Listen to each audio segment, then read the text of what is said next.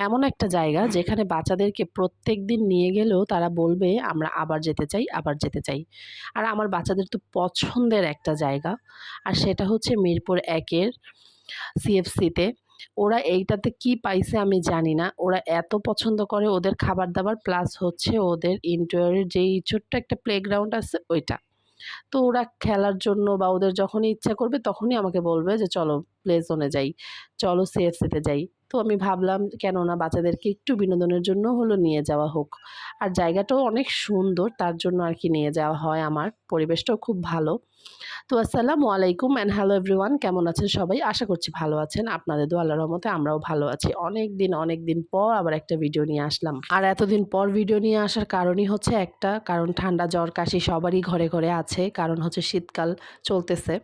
তো তার জন্য। তো বাই দ্য ওয়ে এখন বেশি কথা না বলে ভিডিওতে যাই। ওইদিন আমরা এখানে সিএফসিতে আমি আর সাইফান চলে গিয়েছিলাম। তারপর কাশফির বাবাও চলে আসছিল। ওদের একটু কাজ ছিল তো ওরা কাজটা সেরে তারপর আসছে। তো এখানে আমরা একটা কম্বো প্যাকেজ নিয়েছিলাম। এটাতে ছিল ফ্রেঞ্চ ফ্রাই, তারপরে ছিল 6 পিস উইংস, তারপর বারবিকিউ উইংস, তারপর একটা পেপসি ছিল বা কোক ছিল আর একটা মিনারেল ওয়াটার আমি এটা এক্সট্রা করে নিয়েছি। তো এখানে ওদের খাবারটা আমার কাছে খুবই ভালো লাগে। আর এই যে ছোট্ট একটা ইনডোর প্লেগ্রাউন্ড এটা কিন্তু খুবই প্লেফুল একটা জায়গা বাচ্চাদের জন্য। আর খুবই সুন্দর, ছোট্টর মধ্যে খুবই সুন্দর।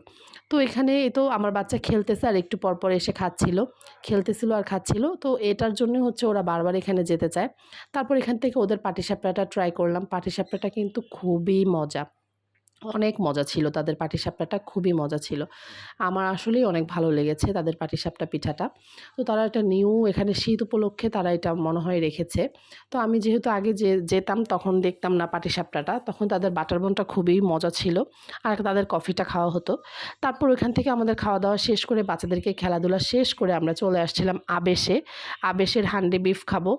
আর যেহেতু একটু শীতকাল পড়েছে হান্ডি বিফটা কিন্তু বেশ জমে যাবে রুমালি রুটি দিয়ে।